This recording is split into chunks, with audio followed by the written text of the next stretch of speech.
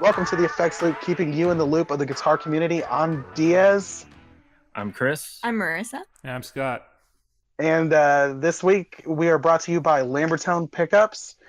They sent us in a set of their PAF humbuckers called the Lacramas to demo. Hopefully, we'll be getting that out about the same time that this episode is dropping. This week we are focusing on the topic of the new PRS Silver Sky, the John Mayer Strat. So the PRS Strat. S-type guitar. S type guitar. That thing is a Strat if I've ever seen one. So I know that quite a few of us have opinions on it. We're going to start with my favorite one. Scott, go for it. Well, being the admitted John Mayer fanboy in the group, I want to try it. I'm excited about it. The thing that like kills me though is I mentioned this before is like it's an S style body, but like weren't most PRSs just S styles with a carved top?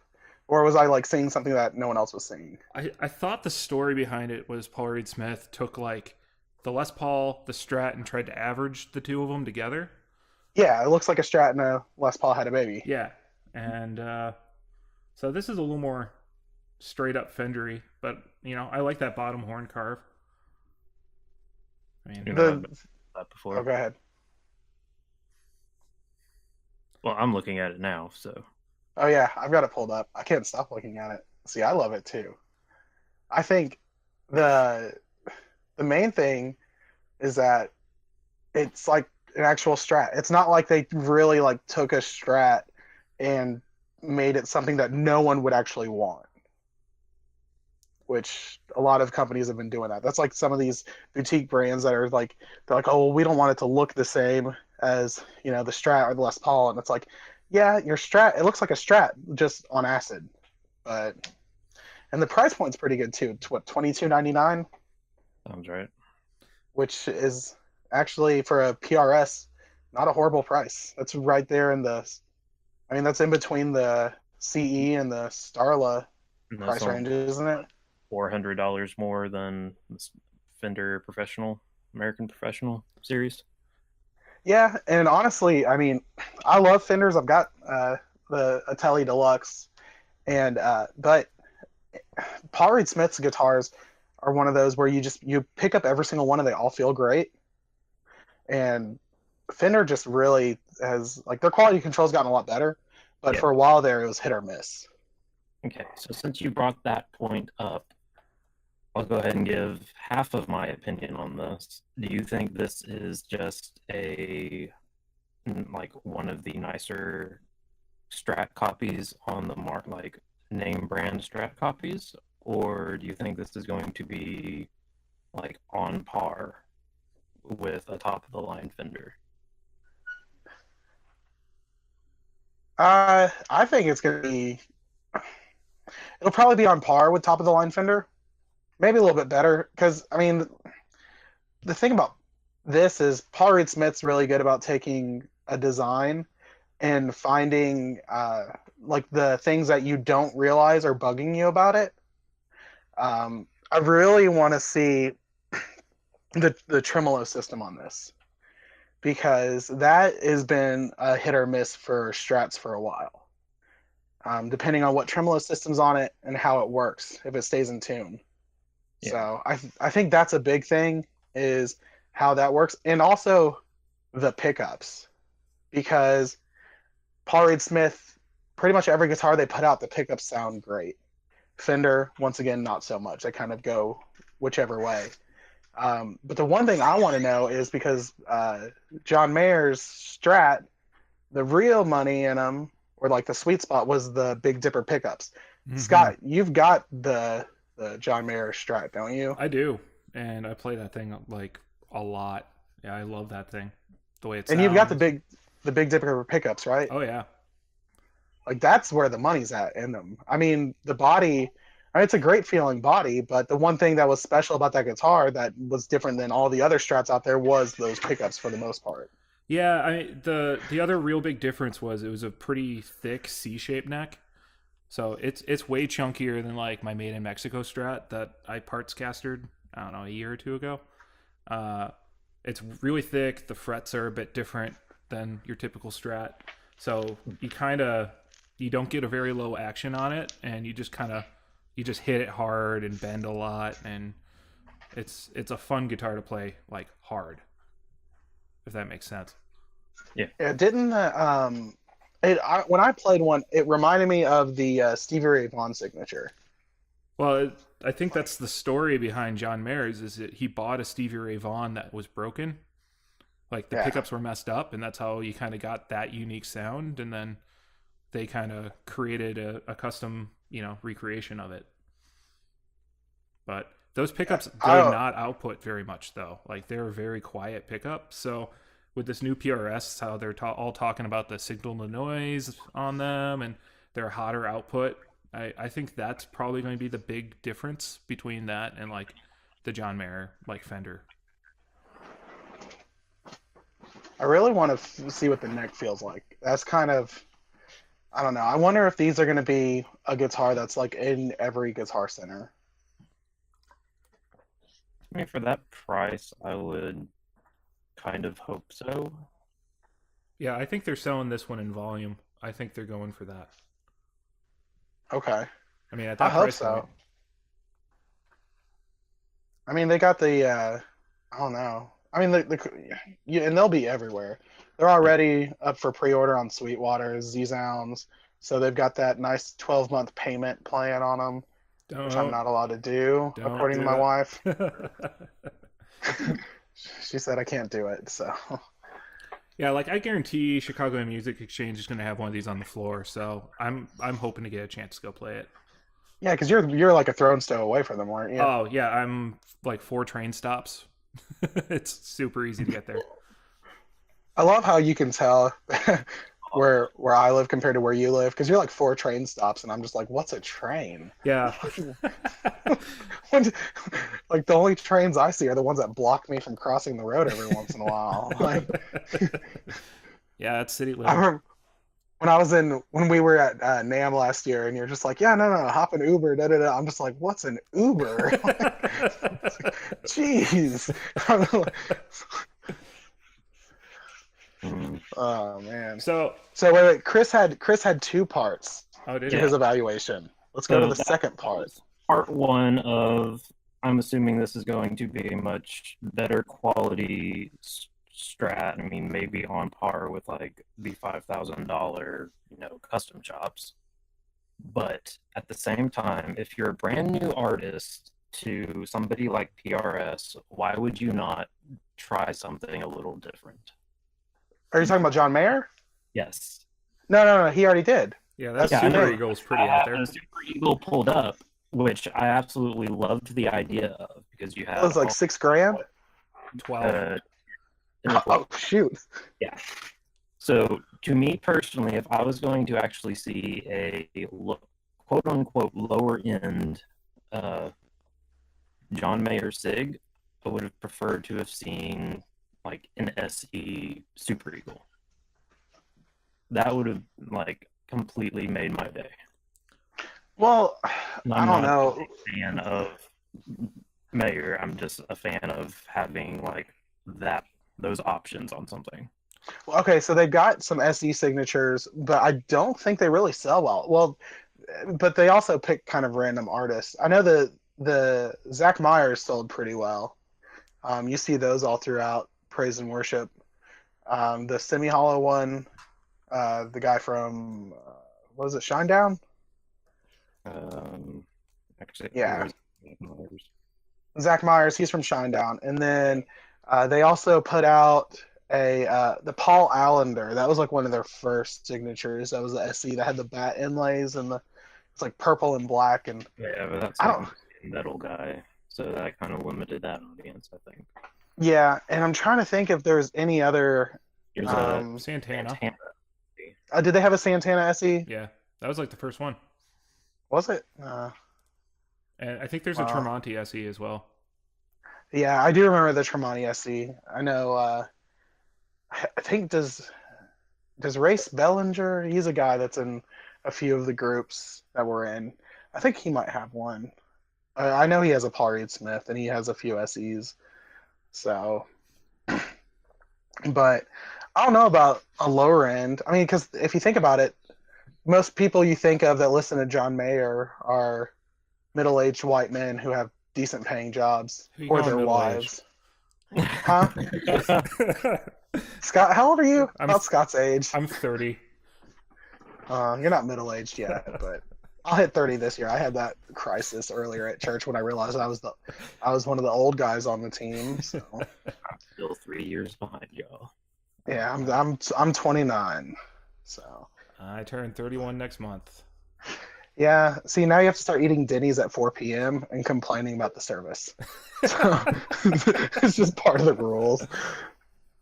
They I don't know. I think, but they're like the target they're shooting for. I mean, that's like they came out with the Super Eagle, and I'm pretty sure most of those sold. What was it? Steve Torres was working at Lark Guitars in Texas, and they carry all the high end PRS stuff, and they had a Super Eagle, and he listed it on Gear Talk Classifieds. And one of the guys went on there. He's like, "Who would ever pay something like that?" And he went on like the next day. He's like, "Oh, it already sold. Bye, guys." Like, I mean, there's PRS is one of those companies though. They're pretty good at knowing where they can make good money. That's like they've got the private stock. That's 12, 13, 14, 15 grand, 20 grand. Yeah, but they'll only make 100 of them. Yeah, I mean, like there's the whole limited quantity thing with Paul Reed Smiths, like the high end. So Yeah. it's not like you buy it and suddenly it's worth 8 grand after the minute you take it out of the Paul case. Reed, but I will say PRSs don't hold their value well. Like that's one thing. I mean, you see a Paul Reed Smith custom 2410 top. It's on Craigslist for 1,800. Those things are 30 or 3 grand brand new, over 3,400. I mean, that's one thing. PRS they resale value on them is horrible. So, but Yeah, I could see that being an issue.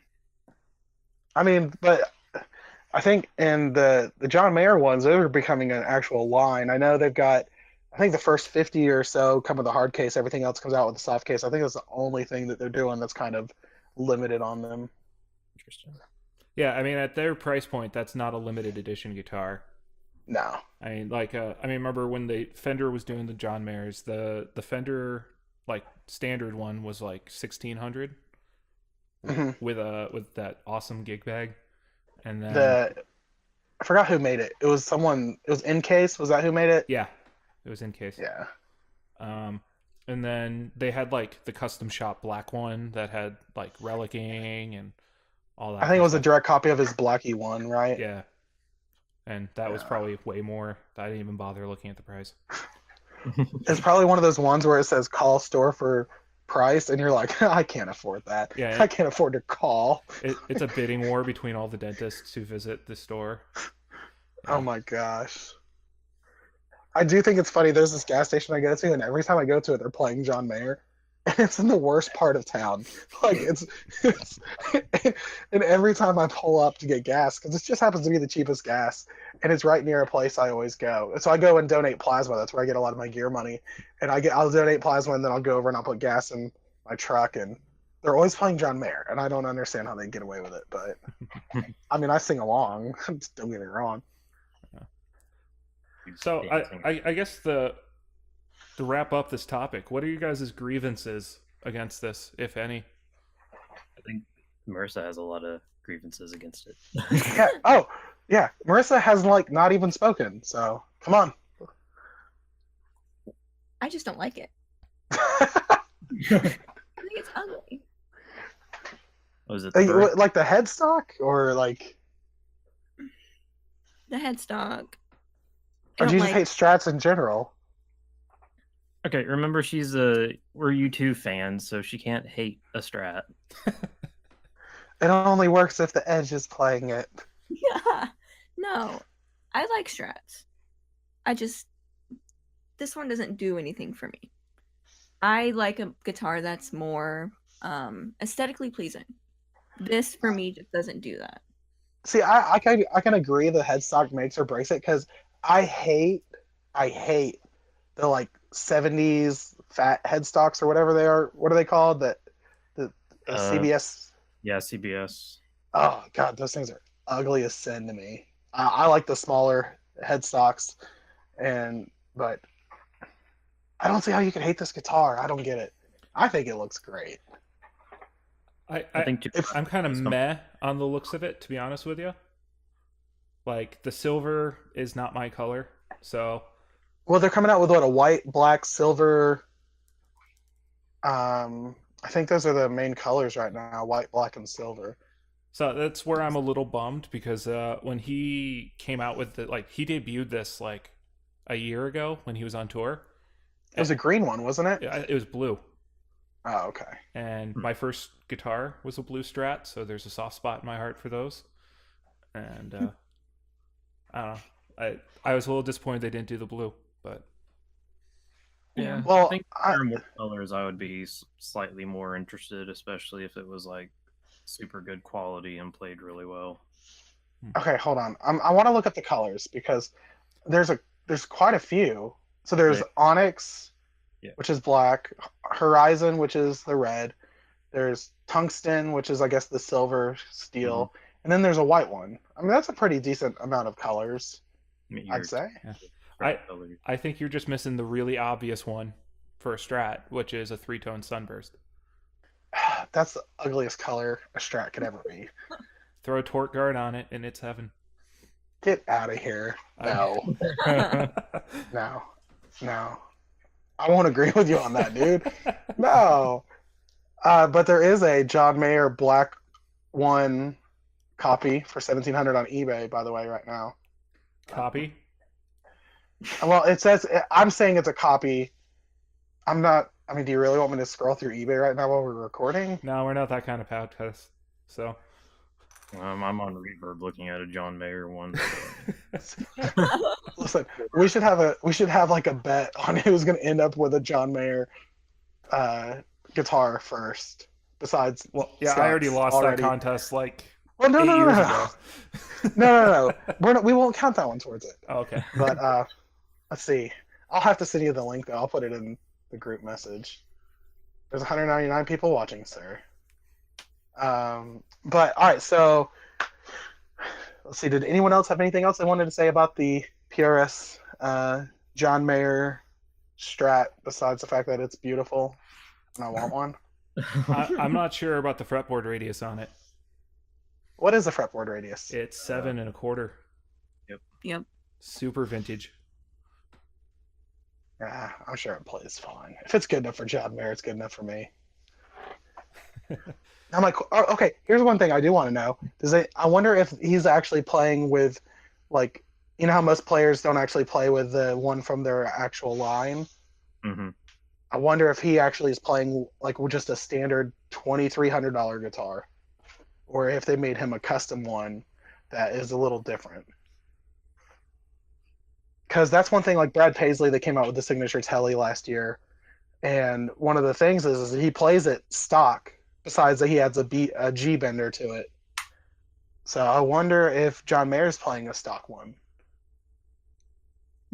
So Scott, if you could call him, get him on the show. Yeah, I'm texting him now, and we'll see what he gets back to me with. Since you are an industry professional.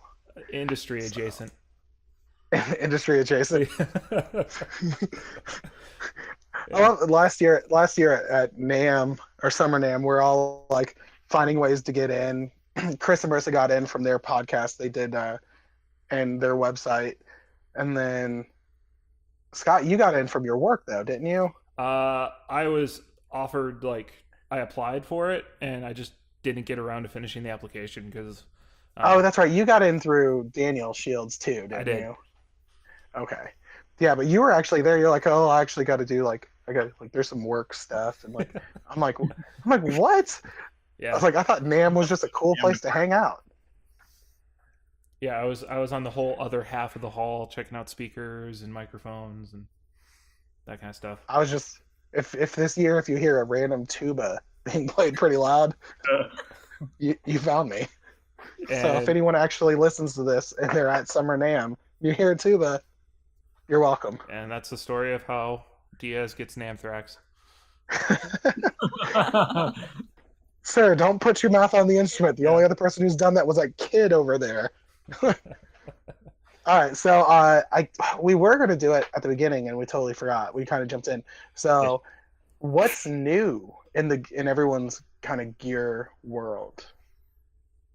Chris?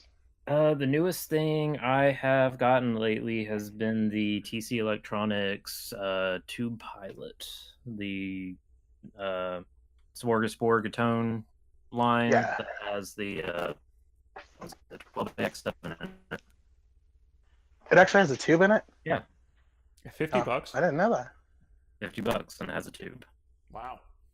That's like half the price right there, it seems like. Probably, especially when you consider what would be the next popular one, like the Butler tube driver or whatever it is. You see Oh, a those? pedal with tubes in it?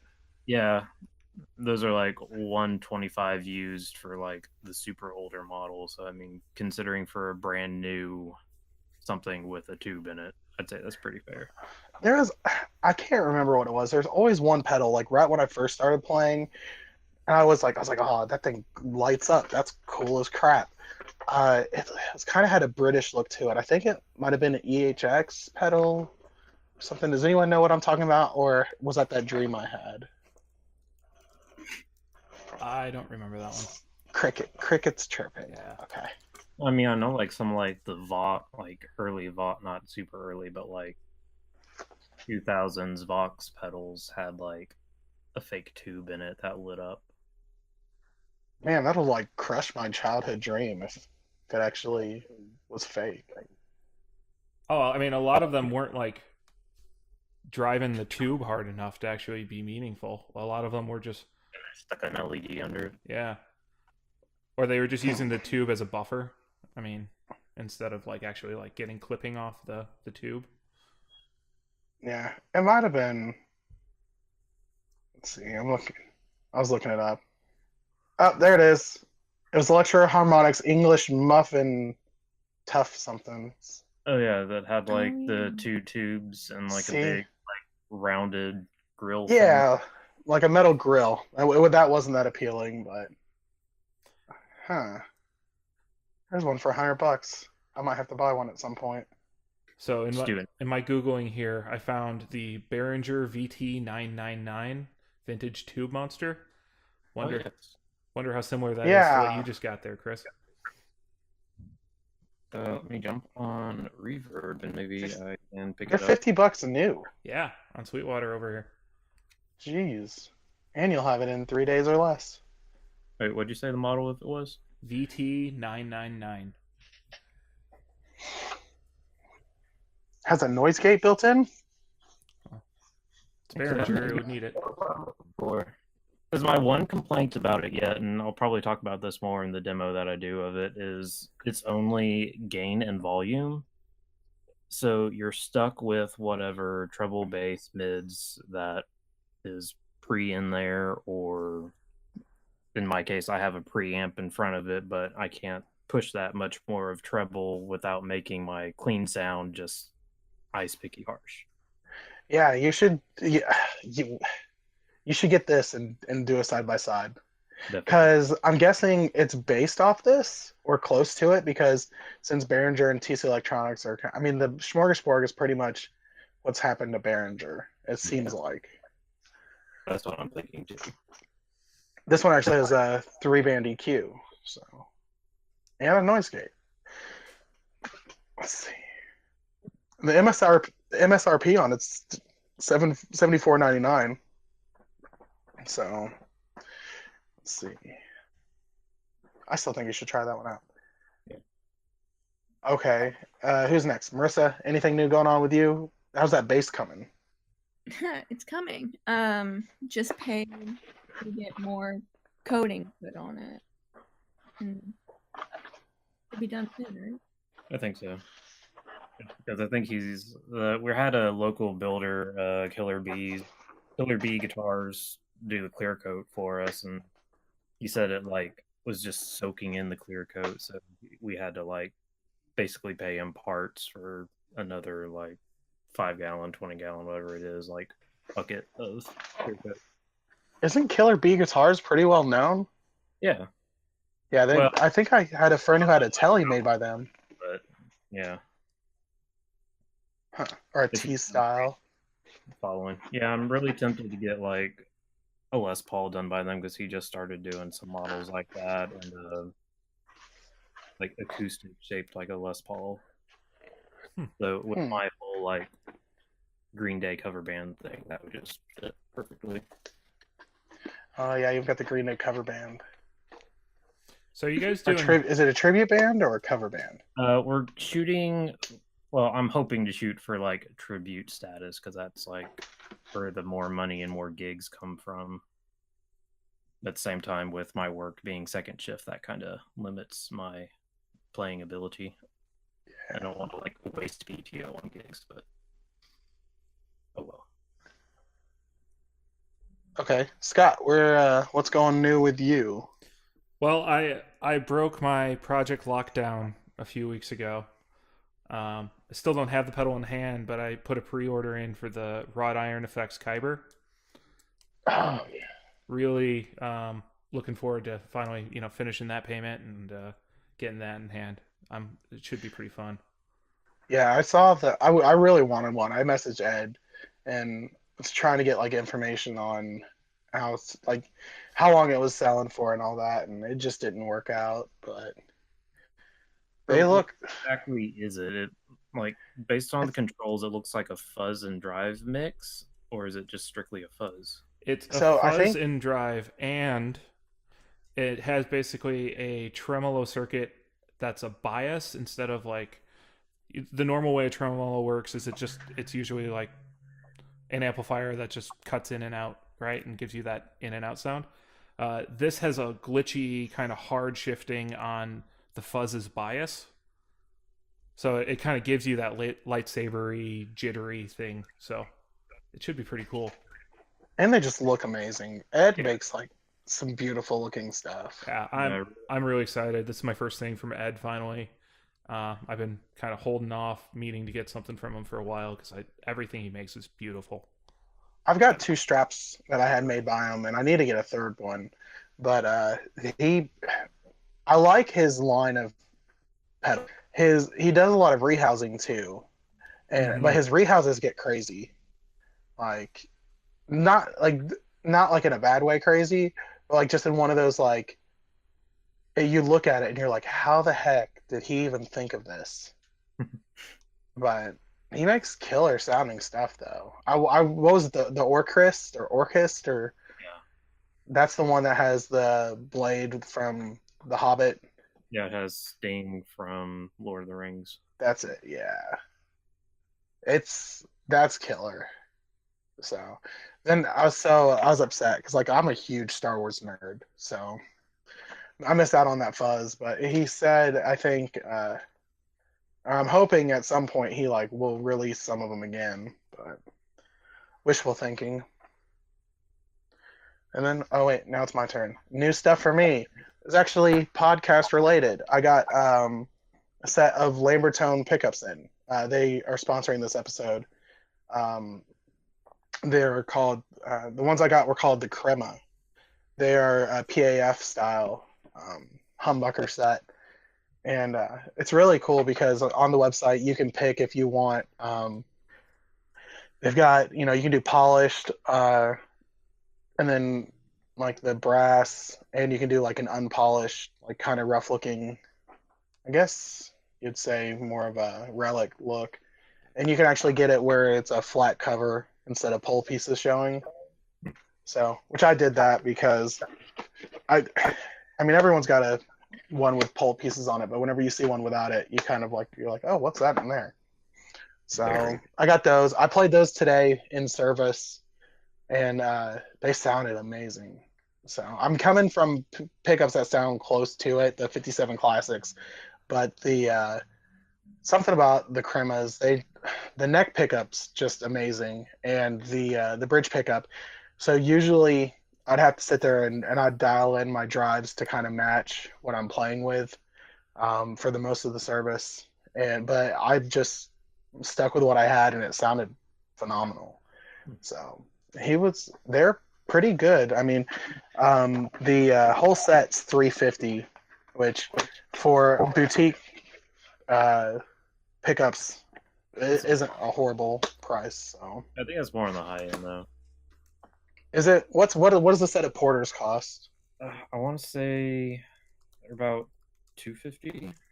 $250 for a whole set. Yeah, I'm confirming that real quick. Because I know like Barry Knuckle 57 gets up there. classics. Yeah, 57 classics from Gibson are 150 each. So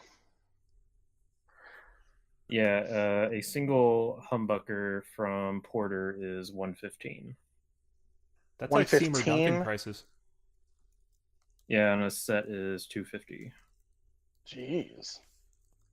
Which, I mean, that price isn't totally out there because I think if you get into like some of the creamery pickups, I mean, granted, that's like having to ship from the UK, I think is where they're based. So you got to take that into account.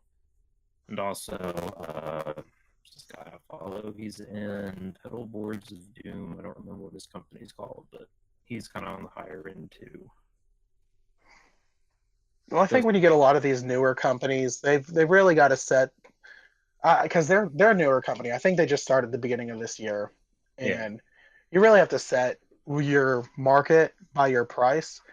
I mean, because you can always go down in price, but you don't want to start going up. That's whenever you start losing customers instead of gaining them. But you also got to think some of these pickup companies that we've listed have gone from like one-man shop to having at least 2 or 3 people. And I mean, able to cut down on prices because I remember back when Brian started Porter, I think a single humbucker, I think I paid 150, 175 for it, and now they're all the way down to 115. But you know Brian pretty well, don't you? Didn't you take lessons from him? Yeah, he's the one who originally started me in guitar. Oh. So someone's got friends in high places. Also good friends with John Snyder from Creation. Yeah, I know John too. Yeah, but do you have a barbecue every year afternoon with him? No, but I do get a nice hug. He said hi to me once. We don't get hugs. I get hugs. He said hi. Actually, I have a shipment from John coming my way here. I'm looking forward to that too. Oh, I think that should be.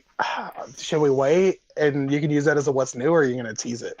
It's not for me, and shout out to John of just how good of a guy he is. He had a couple sets of those Gear Supply, a former. I know censoring the. Those who shall not be named string and accessories kits, and he let me actually buy 3 of them just to give out to some of the other guitar players in my church. It's kind of a hey, thanks for putting in extra services this month because it's going to be a pretty crazy schedule, especially Good Friday. Yeah, because he had Easter, a limit. He had a limit of 1 per person, didn't he, on that? I didn't see it anywhere stated, so I put in 3, and then he was like, hang on, Scott, you can't buy 3, and he was going to return my 2 cents or whatever. Yeah. And then he found out what I was doing with them, and so he's like, here, have the 3. So, really nice guy. Yeah, he's cool with stuff like that. I remember because I picked up one of my second creation board from him last year at Summer NAMM, and I finally got something put on that board. I finally moved it over after being lazy for almost a year, and he was really cool because he just didn't want to bring the stuff home. And if anyone from NAMM is listening, he didn't sell it to me because you're not allowed to do that. But he did. He did let me walk out with that in the bag, so that was pretty cool. I also bought something at NAMM last year, so. How about the earplugs that I think you told us about them, didn't you? Oh yeah, those are good ones. Yeah, and I also got we met Kurt over at Classic Audio Effects. I bought something off him. Oh yeah, that's right. I bought a Foothills volume from him shortly after that and sold it. But yeah, he sent me the Space Cadet before it came out. Did you get to demo that? Yeah, it's on Carter's Talk Tone YouTube. Plug. So let's see. And then we were going to talk about, we had like a little mini conversation we were going to have on what was it called? What were we going to call it, Scott? Practice rigs? Practice rigs, that's it. Yeah. So Scott, since you started that on the Instagram, why don't you lead off? Yeah. So a topic I thought I'd bring up is we obviously sit and obsess over our oversized pedal boards and loud amps and all that kind of stuff. But when you're home, what are you using to practice? Are you using that and going deaf, or are you doing something different? Well, what were you doing? Because yours was quite interesting compared to what I think most people will use. Yeah. So like I was practicing for church this Sunday, and we use Planning Center pretty excessively. So I will get full tracks and full layouts, and we'll have our practice tracks in there too because we use backing tracks with a click, and so I'll actually be playing that over my studio monitors, and instead of trying to get an amp balanced and deal with all that, I just run an amp emulator in a DAW. And for those who don't call it DAWs, I run it in Pro Tools. Something simple like that, and it lets me just kind of level balance everything. So like I can do my like, all right, guitar way over the mix kind of thing, and then I can also like back myself down to the point where like I'm sitting in a normal mix and I can hear it that way too and try to figure it out. So, and I don't tick off the neighbors. So, do you run your pedal board at all through that, or? Sometimes ever since I even got an even bigger pedal board. And also just simply I'm playing at church like every week now, so I really just kind of leave my performance gear just packed up.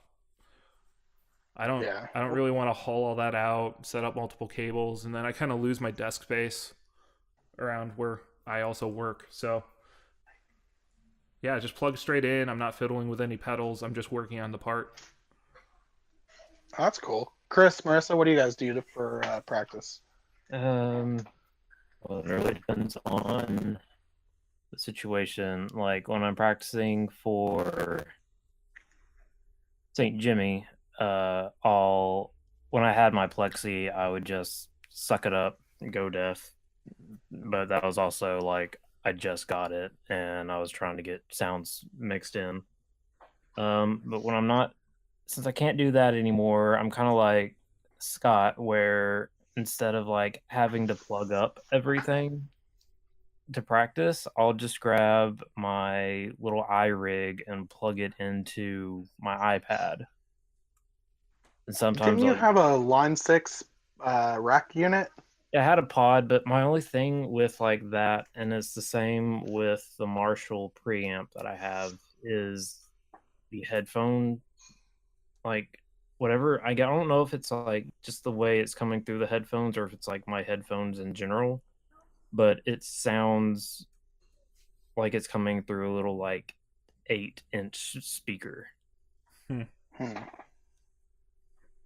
That's my like only gripe with doing those, and that's part of why like I just sucked it up and practiced with everything out loud going. But yeah, I've gotten a little used to practicing with the iPad because, like Scott, I play at church too, and for whatever reason, we don't get all the backing tracks, so I kind of don't know what's going on until we get there. But I'll just have like the song going and then mix in slightly over the mix. That way I can figure out my part and see how it kind of sounds with everything.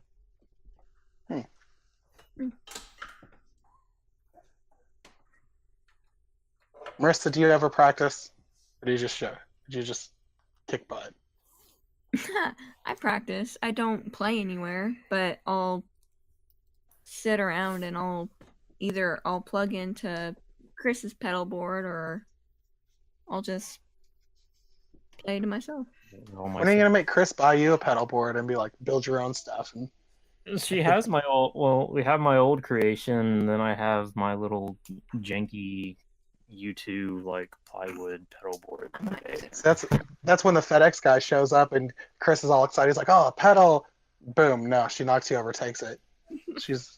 That's it. Dominance. What did you almost take from me recently that I got? Your ARP 87. Oh yeah, she got Do you that have from... an ARP 87? Yes, and I actually sold my Pink Panther recently. I knew it. So I wanted Because 7. So hold on, Scott, weren't you looking for a delay at NAMM too? I know Chris was. Oh yeah, like that was all what I was about at Summer NAMM last year. Was all about the new delays coming out, and so like we were all having. I think it was when we went to Hot Chicken. We were all talking about, what was the winning delay of NAMM, because Chris was Team Pink Panther and I was ARP 87, and so I didn't even have a dog in the fight. I didn't care at that point. I had my timeline at that point, so I was good. Oh yeah, you were just trifecta. I did. I had the holy trinity of Strymon pedals, but I have none of those anymore. Well, and the sad part for me is I didn't wind up buying either. You've got the DL4. Is that your main delay right now? I also got my hands on a tonal recall. nice. That I red knobbed. So between that and the mods I did to the DL4, I'm quite happy with my delay situation right now. Yeah, that sounds like a killer delay section. Man, I have the ARP 87, and I did not gel with it at all. I had it for like less than 24 hours, and it was sold. Wow. It was like one of those, like, you meet a girl, and yeah, you might grow to love her, but like that first instinct is like, no, that's not gonna happen. That's what I had with the ARP 87. So, I think that's how I felt about the King of Tone. Yeah, I mean, I could see that, but hold on, before we get distracted, I'll go with mine. How I practice, because we're going on a tangent. Yeah. So my practice is really awesome. I use my Kemper, and now I have to take a drink because I said the word Kemper. That's your one for the episode. Oh, I get one Kemper. So no, I've actually got a really good setup for my practice. For the most part, my pedal board stays packed up, unless I plan on changing stuff. Like I've got the Source Audio Nemesis. That's what I'm using for delay. So if I want to set up a new delay or something, I'll pull it out. But for the most part, I just use my Kemper for practice. I've got a spot set up on my desk with the cables already kind of drilled into place. Where all I have to do is plug it in, and I run through my studio monitors, which those actually suck. I need to get new studio monitors soon. But that's pretty much my practice. We use Planning Center, but we don't run tracks. We just run a click, because we're more of a like Southern Pentecostal spontaneous thing. And we're not like one of those churches that like, oh no, this is our spontaneous time right here, because it kind of defeats the purpose of spontaneity. But I've never understood planned spontaneity. But so the only thing we use live is we'll run click and we run pads. But we're really the weirdest, not the weirdest church, but we've got a real solid set of musicians. So we change keys quite often too. So we'll be in service or not, like we'll be like right before service, and we'll be like, no, we're doing this in B flat, and then right before service we're like, actually we're gonna kick it down to G, and this person's gonna sing lead, and the whole band just kind of moves there and knows what they're doing. So do you guys run on Nashville numbers then instead of actually putting chord sheets? Well, we use the chord sheets in Planning Center. No one prints anything out. We've got all iPads. Mm-hmm. And if we need to change a key, we can do it really quick in there. But if we're going and doing something spontaneous, like today, I think we transitioned into 2 different songs that we all know, but we didn't practice for. We use the number system if anyone gets lost. So today was my director that called out. Like we use a talkback mic. Sometimes we don't utilize it as much, but pretty much kind of the rule of thumb is at our church is if you're leading worship, you have to be able to be a director as well. So if you watch our live stream by any chance. What you'll see is sometimes they're running numbers down by with their left hand where the musicians are. So whoever's leading the actual song, they're singing lead and they're doing numbers. So we've really kind of put a lot on our musicians and our singers. They, you don't just get up there and sing. You have to know something about music, and you have to. Um, that's like one of the toughest things I've seen is you get into these churches where the person leading worship knows nothing about music, but they want to like tell the musicians what to do. And there's kind of like a riff there, but at our church, it doesn't happen that way. So I've had to like pull executive decisions when people have like asked me to come in, and then they have like somebody that's like barely led worship, and it's like, okay, that's not the best way to do this. Let's try it this way because that's how everybody does it. The worst is like whenever you get someone in there and they're just like something doesn't sound right, and you're all just like looking at each other like, well, what doesn't sound right? I need more of something. I can't tell you what it is. It's like, well, how do you expect us to do this if you can't tell us what it is? Like the people who we have leading right now it's two brothers. They're actually our pastor's sons, and I mean they're all amazing musicians. And they'll sit there. They'll be like, "Listen, I need you to back off of this, or bring this up, or something." And they can really communicate, which is one of the hardest things I've seen, because we've gotten into a time where people just let anyone, if they feel that they've got the heart for worship, it's like, "Well, here's the mic, let's go," and it's just like that's not always the best option. Yeah. So like we're way different. We're the band I'm playing with mostly is very track centric, very pre-planning centric. So like everything is very regimented before we even show up. Because we're a multi-campus church, and so we're sharing pastors, and so like if you're missing your times by 2-3 minutes, the pastor's going to be late at the other campus for the other service. So like that puts a lot of emphasis on us like pre-planning, your parts when you show up, and like that's practice is just so important in that role. And also we don't rehearse either. Like we just show up the day of, set up, do one run through, and we're playing.